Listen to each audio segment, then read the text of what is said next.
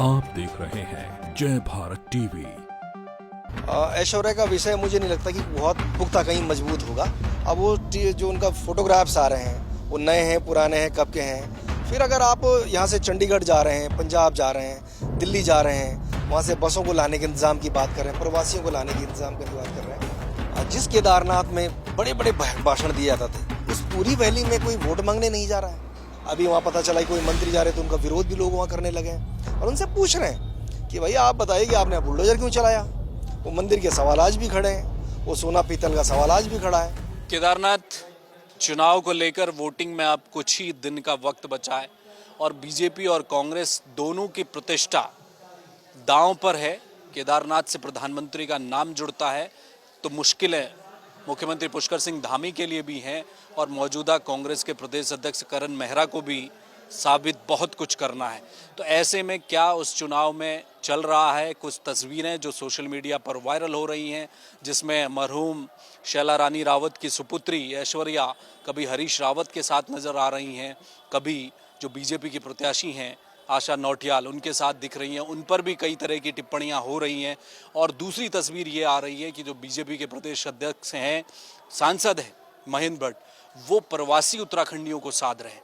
ये अपने आप में एक अलग तरह का एक परिपाटी बीजेपी शुरू कर रही है।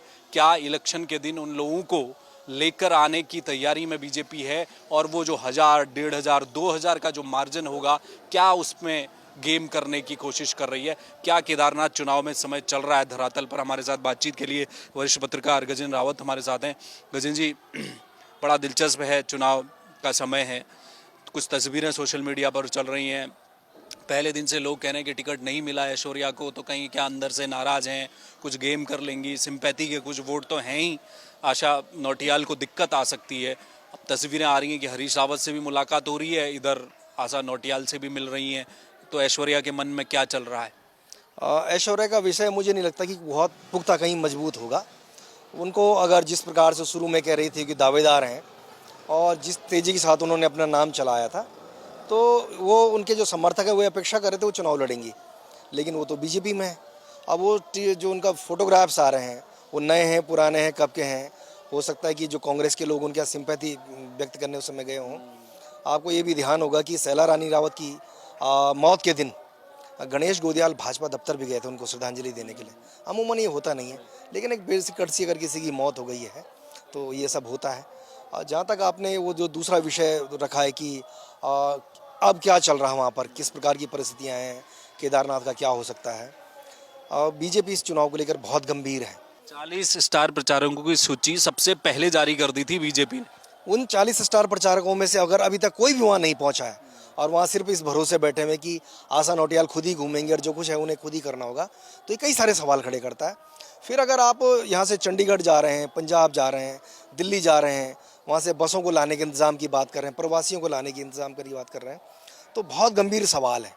ये सवाल है कि क्या इन 24 सालों में इस प्रदेश को किस स्थिति में आप लेकर आ गए कि आपको अपने क्षेत्र में जो लोग यहाँ हैं आप उनके पास वोट मांगने नहीं जा रहे हैं, बल्कि आपको उन लोगों को लाने की मजबूरी हो रही है जो अपने जो है इसी व्यवस्था से परेशान होकर। वो प्रवासी ऐसे नहीं बने, वो घोर मजबूरी में बने हैं, उनको अपने रोजगार के लिए अगर बाहर जाना पड़ा तो उसके लिए जिम्मेदारी यहीं की सरकार है। तो अगर इस स्थिति पर आ गए हैं कि आप जो हैं मुंबई भी जा रहे हैं, दिल्ली जा रहे हैं, पंजाब जा रहे हैं, चंडीगढ़ जा रहे हैं और लोगों को बसों से लाने की अगर बात हो गई तो इसका मतलब जो इनपुट्स इनके पास इंटेलिजेंस के हैं वो निश्चित रूप से चिंताजनक है। लेकिन गजेंद्र जी, बताया ये भी जा रहा है कि जब टाइट इलेक्शन होता है तो बीजेपी वहाँ जीत जाती है। एक तो उनका माइक्रो मैनेजमेंट है और ये भी कहा जा रहा है कि बीजेपी को जो रिपोर्ट अभी तक मिली है उनको ये लगता है कि हम 1500-2000 की लीड हमें कहीं से भी चाहिए अब। तो क्या वो भी एक मैनेजमेंट का हिस्सा है कि उनको यहाँ लाने की कोशिश कर रही है? जिस केदारनाथ में बड़े बड़े भाषण दिए जाते थे, बहुत बड़ी बड़ी पुनर्निर्माण की बात की जाती थी, हजारों करोड़ रुपए की योजना की बात हो रही थी, सब कुछ बहुत बढ़िया करने की बात कर रहे थे, आज उस मुद्दे पर कोई बात नहीं कर रहा। उस पूरी वैली में कोई वोट मांगने नहीं जा रहा है, बड़ा नेता वहाँ उतर नहीं रहा, रोड शो हो नहीं रहे, तो आखिरकार किस चीज़ का डर है? भैया अगर सरकार ने वहाँ काम किया है और ऐसा नहीं है कि सब अभी भी एक तरफा है। आप देखिए कि चुनाव अनाउंस होने के बाद करीबन 40-45 जो घोषणाएं मुख्यमंत्री के द्वारा की गई, उनके लिए बजट जारी करवाया गया, वहाँ आपदा मद में जो है बड़ा स्तर पे पैसा जो है रिलीज़ करवाया गया, तमाम चीज़ें हुई है। इसका मतलब उनके पास इनपुट थे कि अगर हम लोगों के लिए काम नहीं करेंगे, और वो प्रेशर ही तो था कि बद्रीनाथ और मंगलौर की हार के बाद केदारनाथ के लिए अलग से 45 से 50 घोषणाएं करनी पड़ी। तो वो दिखा रहा है कि इनके पास जो इनपुट से वो इतने कंफर्ट में ये नहीं होंगे। इसीलिए मुझे लगता है कि आज ये जो बेचैनी है, जो इस प्रकार की स्ट्रेटेजी बनाई जा रही है, और जो दूसरे तीसरे एंगल पे काम हो रहा है, जो बी टीम और सी टीम तक की बात की जा रही है अब, कि मतलब पहली टीम पर भी कोई भरोसा नहीं कर रहा है कि वो प्रॉपर काम कर रहा है कि नहीं कर रहा है। अभी आपने चुनाव से पहले सुना कि वहाँ 5 मंत्री जो है घूम रहे थे। अभी आपने देखा कि मंत्री घूम रहे थे, अभी वहाँ पता चला कि कोई मंत्री जा रहे थे, उनका विरोध भी लोग वहाँ करने लगे हैं और उनसे पूछ रहे हैं कि भाई आप बताइए कि आपने बुलडोजर क्यों चलाया। वो मंदिर के सवाल आज भी खड़े हैं, वो सोना पीतल का सवाल आज भी खड़ा है। अगर नहीं है तो जिस आदमी पे सोना पीतल के आरोप लग रहे हैं उससे जनसभा ही करवाइए और बहुत बढ़िया होगा, चीज़ें बहुत क्लियर हो जाएंगी। तो मुझे लगता है कि कुछ ऐसी चीज़ें ज़रूर हैं अभी तक जो आज, जब हम कभी पंचायत चुनाव में इन बातों को सुनते थे कि राजनीतिक दल जो है अपने गांव के प्रधान के लिए, जिला पंचायत, क्षेत्र पंचायत, नगर पंचायत के चुनावों के लिए जो है हमारे प्रदेश में जो दूसरे प्रदेशों में जो हमारे लोग हैं उनसे वोट मांगने जाते थे, उनको लाते एक एक वोट के, मतलब गांव के प्रधान जी की बस आ रही है भर भर के। हमने मतलब ये इतने इस चुनाव में जहां सैला रानी रावत की मौत का जो है सिंपैथी आपके साथ होनी चाहिए थी, वो सिंपैथी तो अब ऐसा प्रतीत होता है कि वो दूसरी पार्टी वाले ले रहे हैं उसको। वो तो बीजेपी ने कह के छोड़ दी ना, टिकट ही नहीं दिया। बहुत बड़ी बात, मतलब ये अपने आप में वो गंभीर सवाल वही हैं। और जो आपने शुरू में कहा कि सैला रानी रावत की बेटी का स्टैंड, उनके आंसू, उन्होंने जो ट्वीट किया, वो सब तो आज भी उस वैली में घूम रहा होगा। तो इसीलिए मुझे लग रहा है कि ये चिंता इनके लिए ज़्यादा बड़ी है कि कहीं जो मंगलौर और जो बद्रीनाथ में जिस प्रकार का मैंडेट आया, वो तमाम घोषणाओं के बावजूद, ये कहने के बाद कि हम चौथा इंजन लगाने वाले हैं, तो इसीलिए मुझे लगता है महेंद्र भट्ट की जो भागा दौड़ी है वो तेज है। कांग्रेस की एकजुटता क्या ये बाहर से दिख रही है? हरीश रावत भी वहां जा रहे हैं, प्रीतम सिंह भी थोड़ा सा, हालांकि उनका अभी क्या रुख है वो कर रहे हैं, बाकी नेता भी तमाम जा रहे हैं। क्या लग रहा है, कांग्रेस एकजुट दिखाई दे रही है? और अगर जनता में कहीं रोष है, क्योंकि कांग्रेस का हमने इतिहास देखा है कि वो बीजेपी को इस मामले में कभी बीट नहीं कर पाई, कि वो माइक्रो मैनेजमेंट कांग्रेस नहीं करती। अगर जनता नाराज है तो वोट दे देगी, वही कि बिल्ली के भाग से छींका फूटेगा तो कांग्रेस को मिल जाएगा। यहाँ कुछ अलग कर रही है कांग्रेस केदारनाथ में। कांग्रेस एक ऐसी पार्टी है जहां नेता है और उनके झगड़े हर दिन हैं, चाहे वो एक चुनाव हारे, दो, अब आप लगाओ ना कि लगातार 2 विधानसभा चुनाव हार गए, 2 बार से सरकारें नहीं आई, 3 बार लगातार लोकसभा हार गए, और उसके बावजूद कभी करण मारा का बयान आ रहा, कभी हरीश रावत का कोई बयान आ रहा, कभी किसी तीसरे का आ रहा। तो वो जो नेतागिरी का जो उनके अंदर कीड़ा है वो मुझे लगता है कि होगा। लेकिन अब इस चुनाव में, ये चुनाव, मेरा ये मानना है, जो मेरा अपना अनुभव कहता है, ये चुनाव 2027 का सेमीफाइनल हो सकता है। जिस प्रकार से हरियाणा में अभी बहुत बुरी हार कांग्रेस पार्टी की हुई, बहुत बड़े बड़े दावे किए जा रहे थे, बहुत सारी बातें की जा रही थी, और बाद में राहुल गांधी का बयान आया कि पार्टी के लोगों ने जो है पार्टी के लिए काम नहीं किया, वो आपस में द्वंद्व करते रहे। तो जो ताकत भारतीय जनता पार्टी को हरियाणा में मिली है, जो नुकसान उनका बद्रीनाथ और मंगलौर में हुआ था, हो सकता है कि उस ऊर्जा के साथ में कोई नई स्ट्रेटेजी पर काम कर रहा हूँ। और निश्चित रूप से जो कांग्रेस के झगड़े हैं उससे कोई डिनाई नहीं कर सकता, मतलब भारतीय जनता पार्टी के लोग अगर झगड़ते भी होंगे तो उनके झगड़े अमूमन आपको पर्दे के पीछे दिखते होंगे, कमरों के अंदर बंद कमरे में होते होंगे।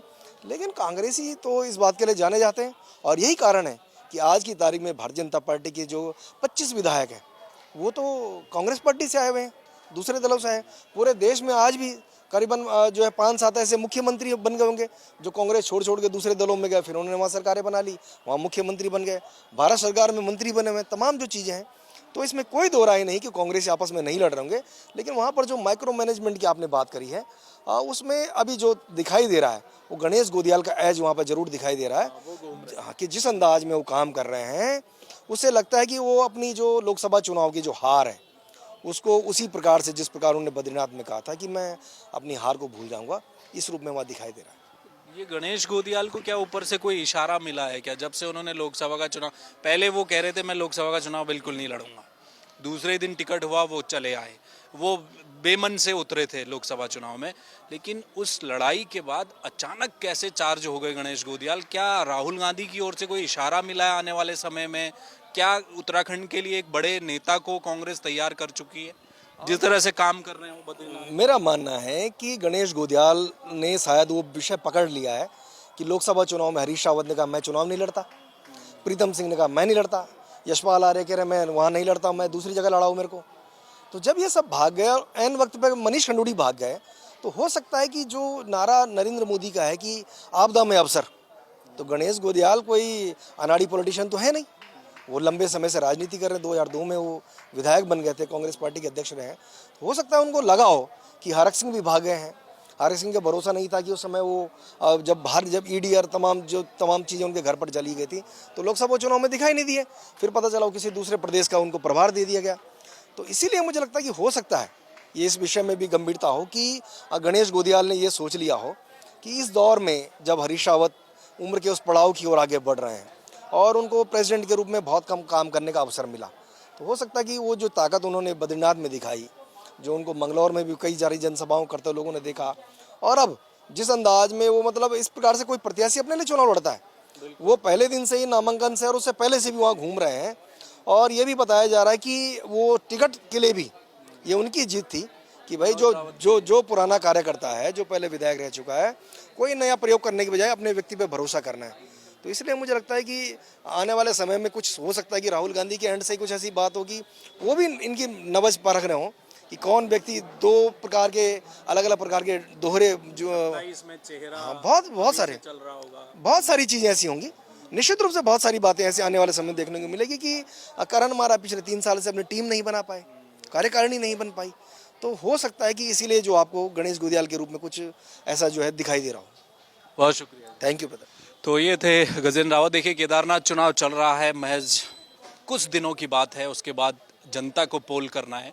और इस बीच बीजेपी लगातार कोशिश कर रही है। महेंद्र भट्ट जिस तरह से बाहर निकले हैं और प्रवासियों को इकट्ठा कर उन्हें लाने की कोशिश हो रही है, तो ये भी माना जा रहा है कि भाजपा का जो माइक्रो मैनेजमेंट है उस पर विश्वास कर रही है, क्योंकि अभी हरियाणा में जो कुछ हुआ वो बीजेपी के नेताओं को भी भरोसा नहीं था। जब सारे एग्जिट पोल हरियाणा से बीजेपी का सुपड़ा साफ करते हुए नजर आ रहे थे, उस वक्त बीजेपी के माइक्रो मैनेजमेंट ने उसे बचा लिया हरियाणा में।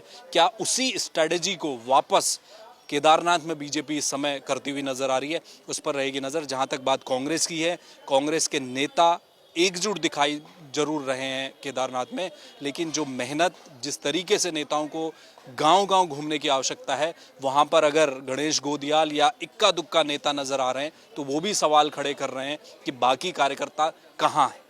कैमरामैन मयूर उपाध्याय के साथ हेमंत, जय भारत टीवी।